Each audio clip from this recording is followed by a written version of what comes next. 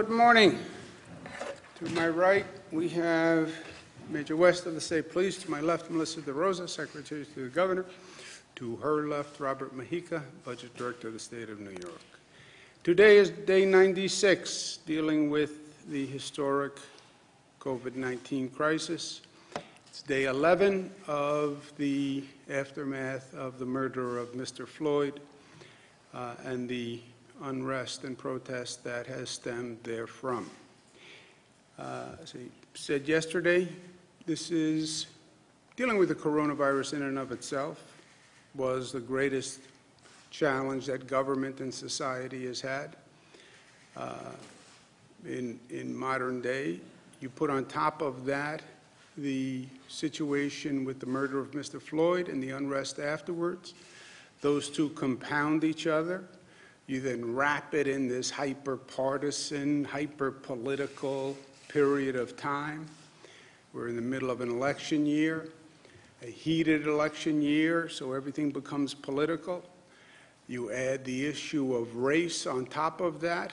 It is as dangerous a time as I have ever experienced. So keep the issues separate, stay smart, and be honest. With the issue of the protesters, I share the outrage over not just Mr. Floyd's murder, but what it represents, one in a long string of criminal injustices. It is a metaphor for the systemic racism and injustice that we have seen. And I stand with the protesters in the point that we need meaningful reform. I also believe that change, although often necessary, is very hard to effectuate in society.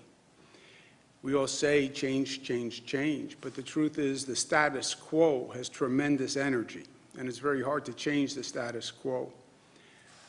It's very hard to bring about meaningful change, and it only happens when the people get fully mobilized and informed and demand change, and that's when you see change.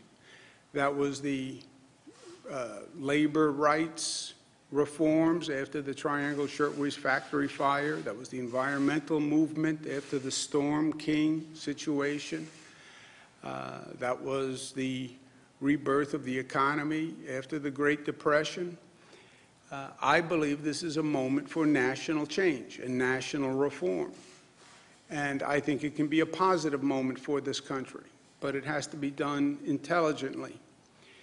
When you look at the two main crises that we're dealing with, the Mr. Floyd murder aftermath and COVID-19, on the protests post Mr. Floyd's murder, we had additional protests all across the state last night.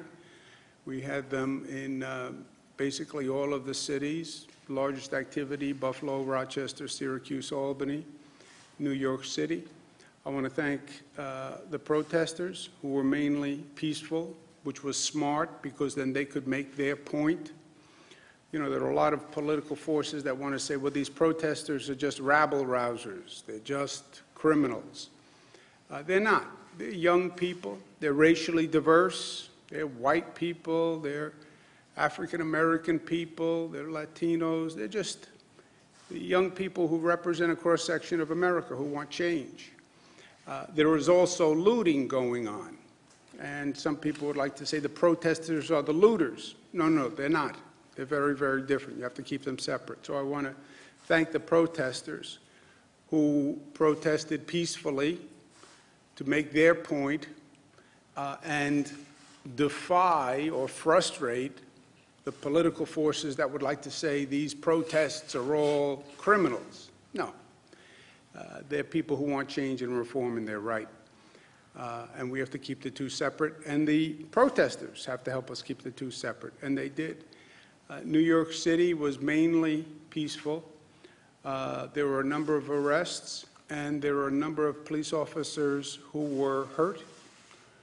One police officer was stabbed in the neck. Two police officers had gunshot wounds, I believe both to their hands. That is intolerable. The police are doing an impossible job. They're trying to deal with the protesters. They're trying to stop looting. And they're trying to keep themselves safe because the police want to go home to their families. There is no tolerance for violence against the police officer, period, in any part of this state, period. I also want to reinforce to the New York City district attorneys, you have scenes of looting that are on videotape that are indefensible and inexcusable. Looting is criminal activity, number one. Looting now is exploiting this situation with the protests. They know that the police are going to be busy with the protesters. They're then using that as an opportunity to loot, and that is inexcusable. And to the New York City district attorneys, you look at these videos, it would be nonsensical if the police were arresting looters and they were then being arrested and returned to the street the next day to loot again. That would be nonsensical, right? The district attorneys charge crimes. I'm a former assistant district attorney. You look at these videos, burglary 2 can be burglary with a dangerous instrument, like a pipe, like a crowbar, like a rock, like a brick. But if you have looters who are using rocks, breaking windows, stealing, these people should be charged for the crime that they are committing and bail set, right? I understand the political environment. I also understand that the law is the law, and they should charge crimes appropriately. On the COVID-19 front, good news, continued good news. Total number of hospitalizations are down. Number of lives lost, 52, a little bit higher than yesterday, but this is all within the statistically, these are irrelevant differences. I don't believe the system is this statistically accurate. So we're seeing a continued decline there, although obviously 52 lives lost are 52 too many. But we see that overall movement is still in a positive direction. Few more facts so people understand exactly where we are and how far we've come. The testing is the most immediate data on where you are. Testing is, you test people yesterday and you know how many people tested positive yesterday, okay? We do about 50,000 tests per day. Is that a lot or a little? It's more than any state per capita. It's more than any country per capita. And one day we'll talk about how New York was able to ramp up their testing to be the testing capital of the world. But 50,000 tests per day. That is immediate, an immediate snapshot of where you are. 50,000 tests yesterday. Long Island, 2% test positive. New York City, 2% test positive. Western New York, 2% test positive. Capital Region, 1% test positive, okay? Which is remarkable in many ways. It's remarkable in comparison to the other. If you remember, New York City was much higher than upstate New York. And now you see Long Island, New York City, Western New York, all about the same. Capital District a little lower, but again, these numbers, when you get that close, I wouldn't rely on them. But look at how far we've come. Long Island was 2% yesterday. 2 weeks ago, it was 4%, double that. I'm sorry, 2 weeks ago it was 4%, double that. 4 weeks ago, 1 month, it was 11%. 6 weeks ago, it was 20%. We went from 20% to 2% in 6 weeks. Well, what difference does this socially distance make, masks make? I think it's all a bunch of malarkey. Oh, really?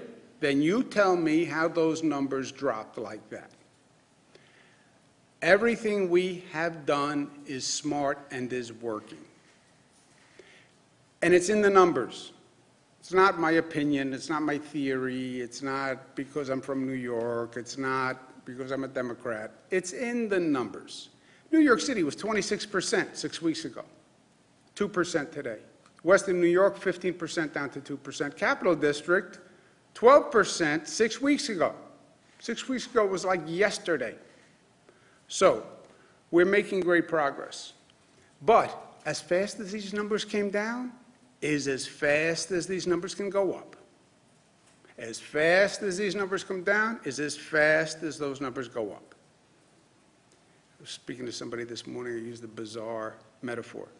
I lost 5 pounds over the past 10 days. Yay! Okay.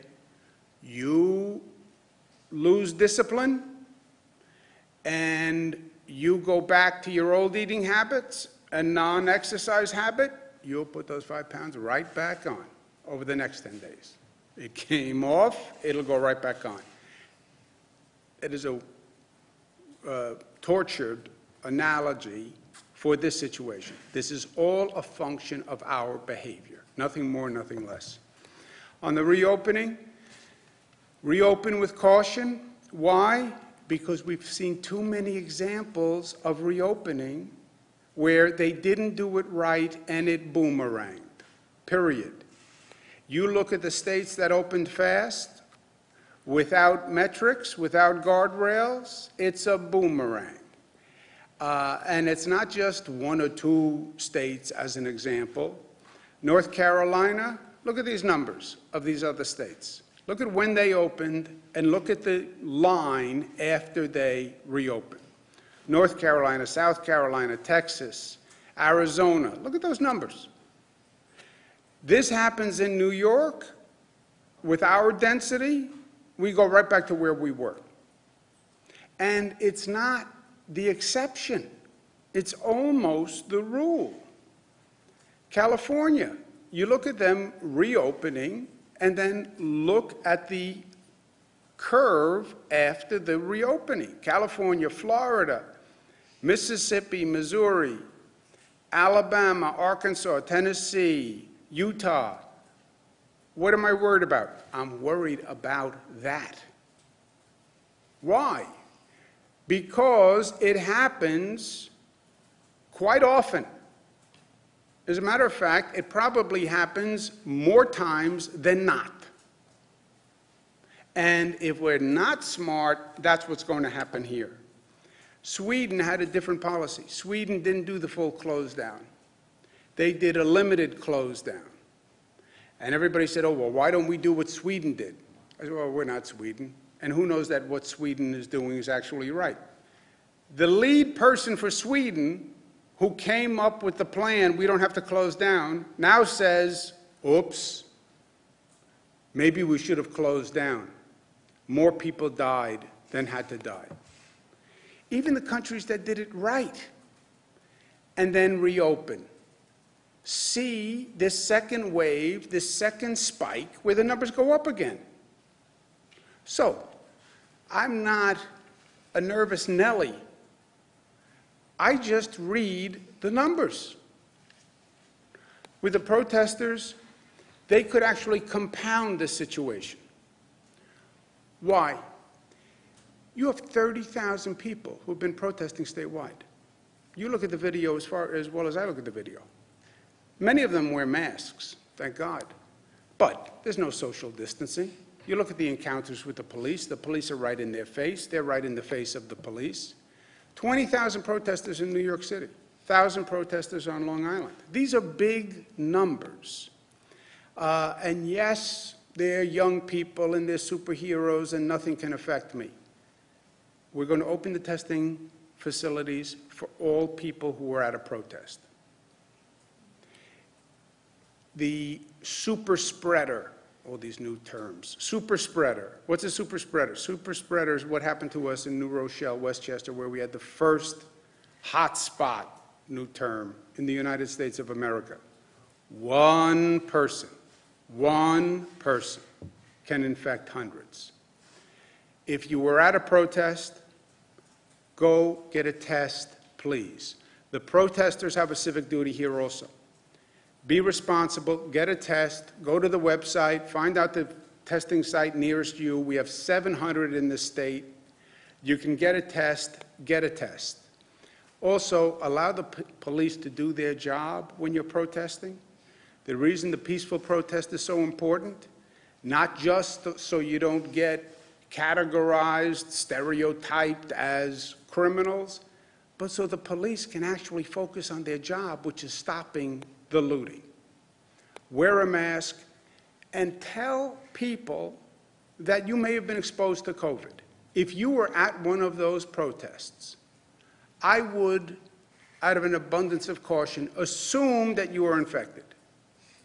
And tell people, when you go home, tell your parents, tell your sister, tell your brother, who may not be 25 years old and consider them a superhero, consider themselves a superhero. Tell people, I may have been exposed, and act like you may have been exposed. Because, by the way, you may have been exposed. And you're not worried about yourself? That's a different conversation. Worry about your 55-year-old grandfather, or your 62-year-old grandmother, or your 60-year-old parent, or uncle, or aunt. They can die from this virus. And by the way, you could too, but that's a separate conversation. Also, there's a lag in the numbers, remember. Somebody goes to a protest last night to get infected. You don't find out today. You don't find out tomorrow. You don't find out the next day. It can be 4 or 5 days until any symptoms show. Symptoms may never show, right? Asymptomatic transfer. And if you're really seriously ill, they may be in a hospital in 8 to 12 days. 8 to 12 days is a long time when we're measuring day to day to decide what to do. You saw the difference in the numbers. 2 weeks is a lifetime in the numbers.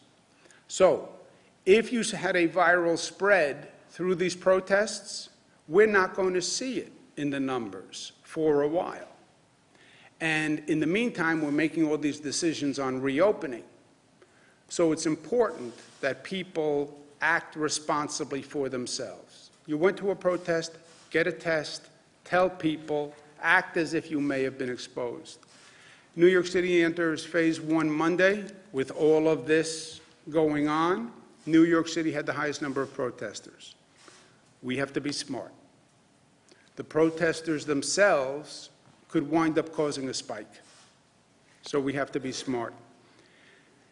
The businesses that were looted, and look, the other reason why I'm saying to the district attorneys, they should take these looters and punish them for what they did. Many of the businesses they looted were mom and pop businesses in distressed communities that were struggling in the first place. In New York City, Rochester, many of these businesses were essential businesses for the poorest communities in those locales. And they looted mom and pop stores that don't have the resources to rebuild and reopen.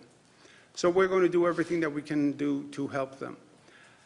Department of Financial Services, DFS, regulates the insurance industry. They're going to direct insurers to expedite all claims for all looted businesses, free mediation services to accept photos as proof.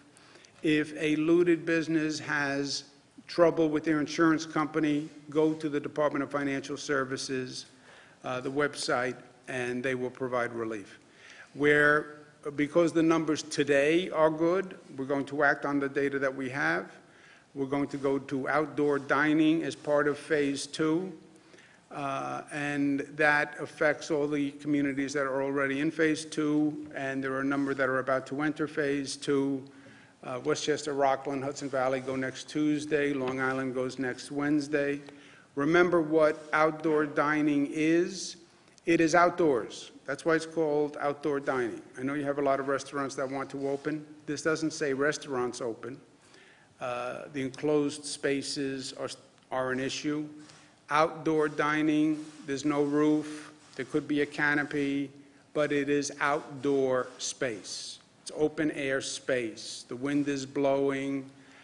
There's ventilation. It's open air space.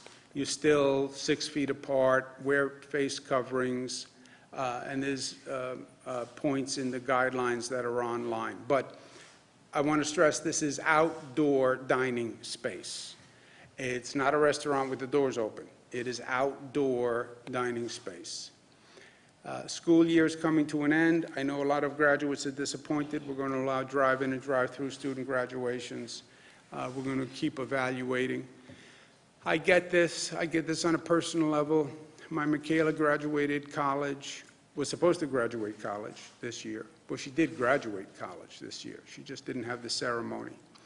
And, you know, she worked so hard, and it's one of those real moments in life, going to a college graduation or a high school graduation.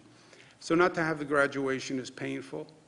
I get it. As soon as we can do it, we will. If there's a way drive-ins or drive-throughs can be helpful, I hope that makes a difference in the meantime. I talked to Michaela about it. Look, this is just a bizarre time. It's a time they'll write about in the history books for years to come. They'll talk about for years to come. I've said all along, it's also a time of reflection, value changing, learn about yourself, learn about your family, you learn about people. I said to Michaela, what do you want for graduation? Any other year she would have said money. She just goes for the money, and then that allows her to get what she wants to get, so there's certain logic to that. This year she said to me, I want something that means something to you. I said, what does that mean? She said, well, I want something that just means something to you. I said, how about I give you money and then you buy something that you think? She said, no, I want something that means something to you. She would not have said that at any other time but for this. I think it's changed all of us. It's given us all a different perspective. I'm going to give Michaela my watch. It made me think, what means something to me? What means something to me? I'm going to give her my watch. It means something to me. It's the best thing I have that my father gave me. My father gave me the watch when I was elected Attorney General, my father and mother. So I've had it for about 14 years, but it means something to me. So she won't be able to wear it because it's a man's watch. Maybe she can. But it means something to me. And you know what? It's a smarter gift. It's a better gift. It means something to her, means something to me. And this whole period has brought us to a deeper place as a family, for my own family, and for myself. But I get what it's like not to have the graduation. Today at 2 o'clock, we'll have a moment of silence statewide in respect for Mr. Floyd and his murder and his family's pain and grief, and as a symbolic moment to say, we understand what happened, we're sorry, we grieve, and this is an injustice that should never happen again. And we're going to act. We're going to act in the state of New York. We'll pass 50A, which releases disciplinary records. But we stand in solidarity with the senselessness of his brutal murder.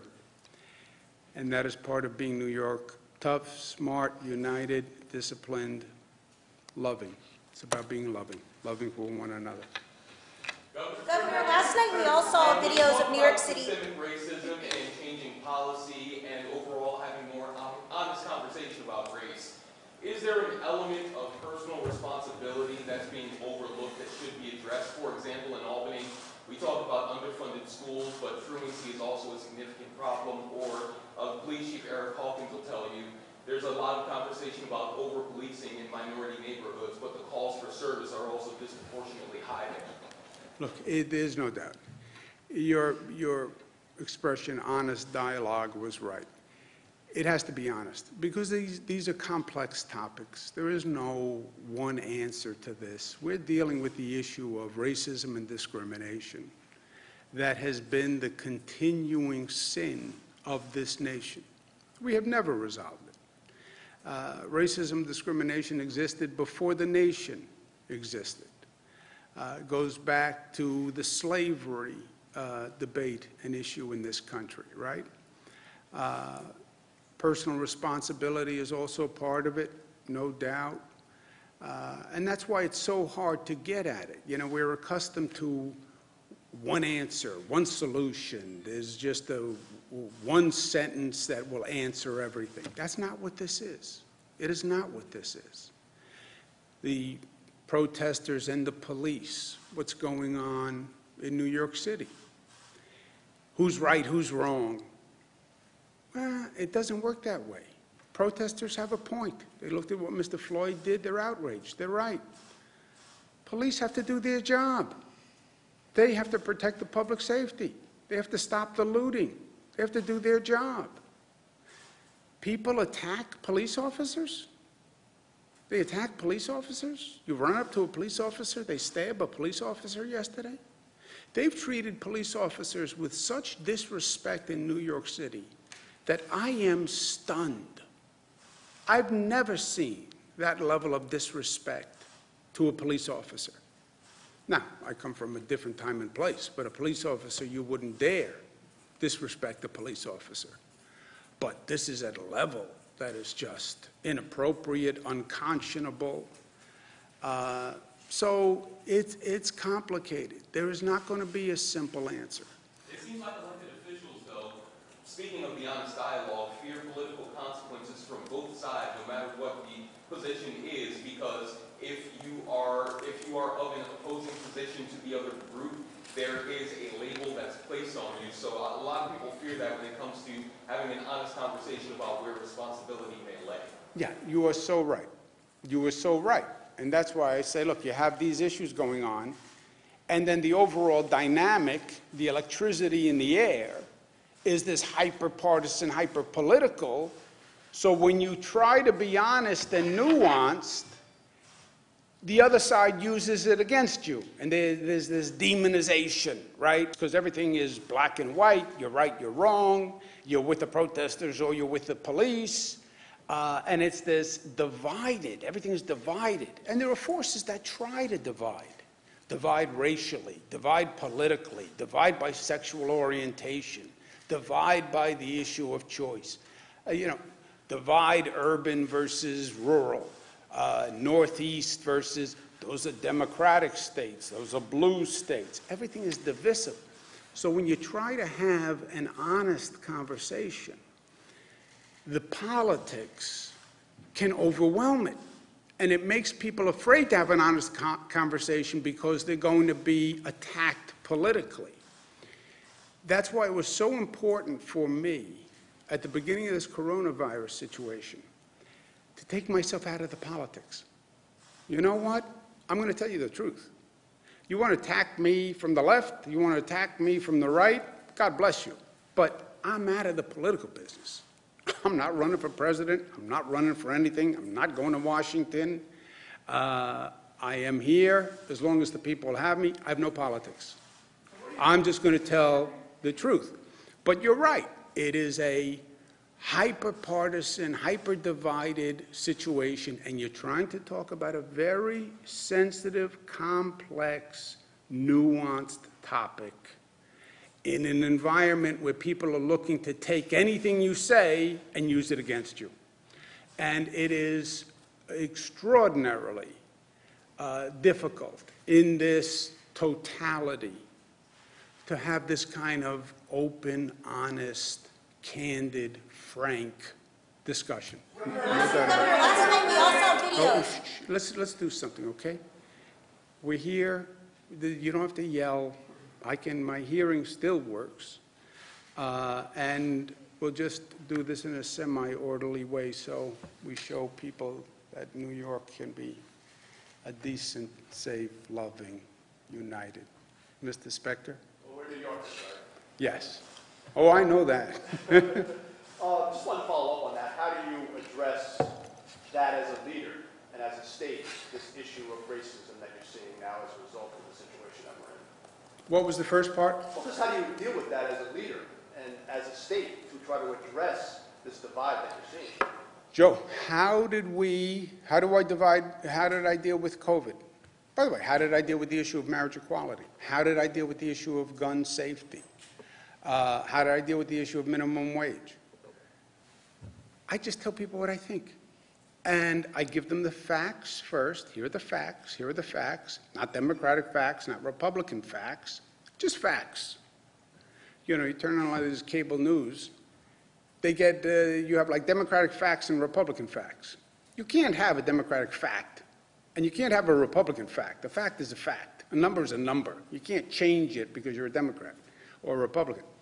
I give them the facts, and then I tell them, this is what I think. You know, I'm in a political position. I represent Democrats, I represent Republicans. I represent independents, I represent conservatives, I represent Buffalo, I represent Manhattan. I don't have that political tension to me, you know. I'm not running in a Democratic primary for president. I'm not running for anything. So I give you the facts, and then I tell you what's honest. I tell you today, DAs should charge these looters. They should charge them with burglary too, and they should be held and set bail. I believe that. The DAs, you attack a police officer, you hit a police officer with a brick in the head. If he wasn't wearing a helmet, he'd probably be dead. Charge people criminally and hold them liable. Mr. Floyd gets killed by police officers. They committed murder. Charge them with murder. Not because I'm a Democrat or Republican, but that's how I see the facts. You want to disagree with me? Disagree with me. You want to agree with me? Agree with me. But I separate the facts from the opinion. I give you the facts first, and then here's my opinion based on those facts. And if we have a disagreement as opinion, fine. That's fine. Governor, at the same time, last night we all saw videos of New York City police officers who were bludgeoning peaceful protesters in New York City with batons as they were enforcing the curfew. And these weren't people who were resisting or putting up any fight. Is this what you wanted when you said the cops should do their job? Do you think anyone would say, I mean, a question itself can be a little offensive. A police officer doing their job, do you think there's any sensible police officer who believes their job is bludgeoning a peaceful person with a baton? See, it's that kind of incendiary rhetoric that it's not a fact. It's not a fact. It's not even an opinion. That is a hyper-partisan rhetorical attack. Police bludgeon peaceful protesters with batons for no reason. That's not a fact. They don't do that. Anyone who did do that would be obviously reprehensible, if not criminal. Governor, I have two reopening questions. I hope you'll answer both. One's on high school graduation and one is on childcare, which parents really want answers on. So first of all, you said that you'll only allow the drive-in and drive-through graduations. We've been following this issue for a while. We've spoken with a lot of high school students, including one from Shalmont High School in Schenectady County, who is a part of a petition of 5,000 students that want in-person high school graduations with social distancing. He's an immigrant from Pakistan. This means the world to his family. This is a moment they've been waiting for. The parents have been waiting their whole lives to see this moment of their child graduate. You're allowing patios to open for outside dining, so why not allow high school graduation ceremonies with the social distancing and allow these students to have that moment? I know you said your daughter's in the same situation, but is there a way to make this happen for these families? Have you, I mean, did you hear anything that we've been talking about for the past 96 days? Yeah, but how do you justify What difference does it opening a make? patio and not Look, having a I don't want to graduation? be difficult. I know. It's a Pakistani immigrant family that wants to have a graduation. I get it. It's not really relevant that they're from Pakistan. It's not really relevant. Yeah, I know, but that's not the issue. The issue is a public health issue, and you don't want people sick and dead. That's the issue, right? It's about death. It's about balancing the risk versus the reward, balancing the desires and wants versus the consequences, right? We went through New Rochelle, Westchester. People went to a ceremony. They were having a celebration and a religious ceremony. Beautiful, of course you should go. Yeah, people died. People died, right? So, yeah, I know everybody wants to go to a high school graduation. I get it. Not if they're going to die, right? Okay. Go ahead, Bernadette. Are you asking prosecutors to, on their own, up charges for looters? Not up charges, Bernadette. It would change. Charge appropriately. Charge appropriately, but right now, burglary 2 only counts if you're entering someone's dwelling, not somebody's store. Just That would be charge burglary 3. appropriately. Charge appropriately. So are you giving them judicial discretion in this sense? No, charge appropriately. Look at the facts, look at what they did, and charge appropriately. That's what I'm saying. Don't feel, well, there's a political environment where I don't want to charge because it's not political to hold people accountable for crimes. The law is the law. The law, we have to be very careful at times of high political pressure that people still enforce the law as the law. Police enforce the law. You can't, police have to do their jobs in a political environment or not. DAs have to do their jobs, enforce the law. I'm not interested in a political enforcement of law. I'm interested in enforcing the law as the law.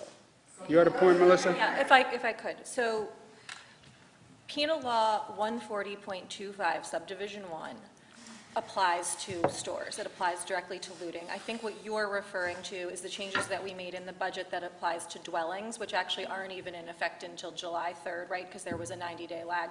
This has always been the law. It wasn't changed in the budget. And it says that bail could be set if a person is A, carrying a dangerous instrument, which includes a rock, B, uses a rock, brick, or the like to break the window to gain entry, or C, another participant acting with the defendant that did A or B.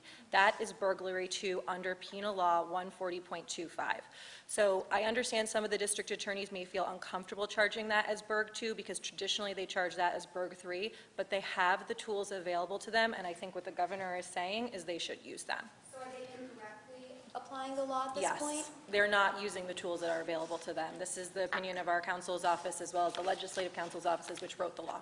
Yeah, but there's no incorrect. It's not a blame. I know it's about you want to who's to blame. There's no. I'm not blaming anybody. Look at the facts. Look at the law. Enforce the law as the law without political pressure. Governor, just return to last night. In Academy Plaza in Brooklyn, the police did use batons and they did use physical pressure to try to disperse protesters. Some protesters What do you make of those tactics, and is that appropriate for clearing a curfew? Police have to enforce the law. If you are violating the curfew and you refuse to leave, so you continue to violate the curfew, the police officers have to enforce the law, which is you're supposed to be off the street.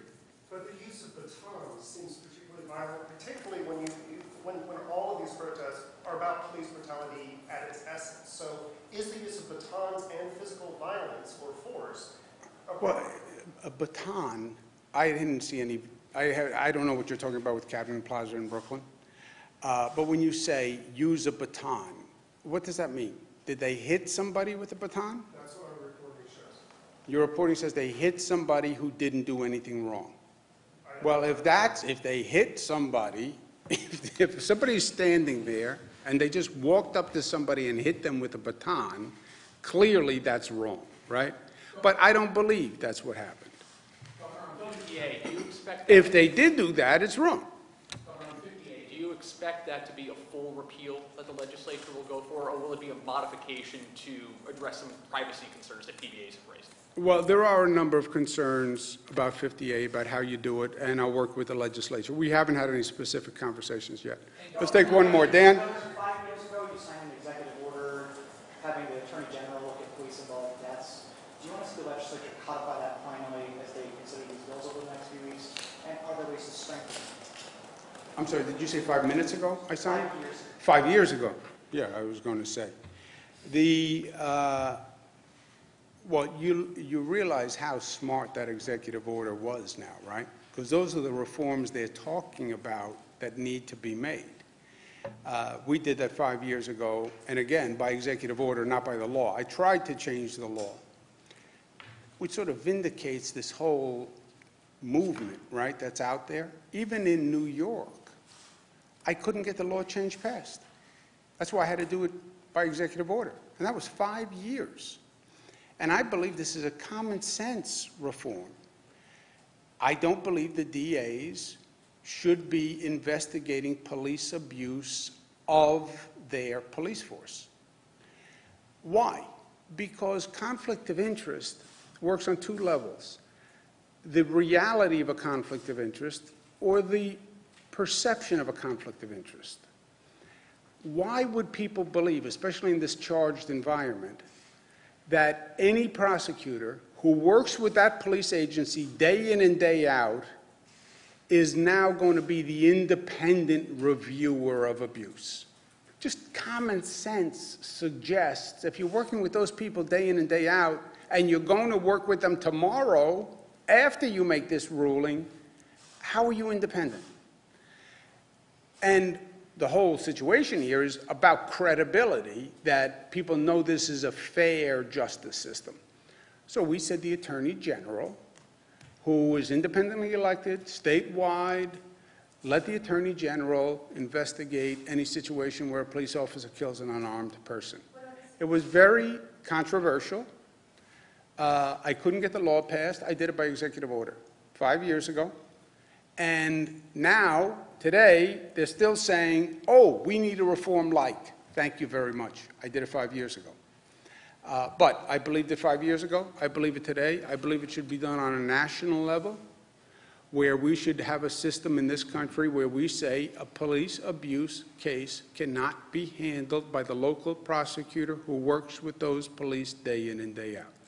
And that is the law in this state by executive order. If they want to codify it in law, great, but I wouldn't water it down or modify it. I'd rather keep it nice and clean, if only by executive order. I'm going to go to work. Is that okay? Please, what about the We're state hearing from police? local highway superintendents who tell us you're trying to get reimbursed for the public works projects, and the system's been frozen. Should they stop doing those public works programs, or will they eventually be reimbursed by the state? Do you know this, Mr. Rep? These are for projects that are ongoing. They'll eventually be reimbursed by the state for those projects that are already started and that are ongoing. Okay. Thank you, guys.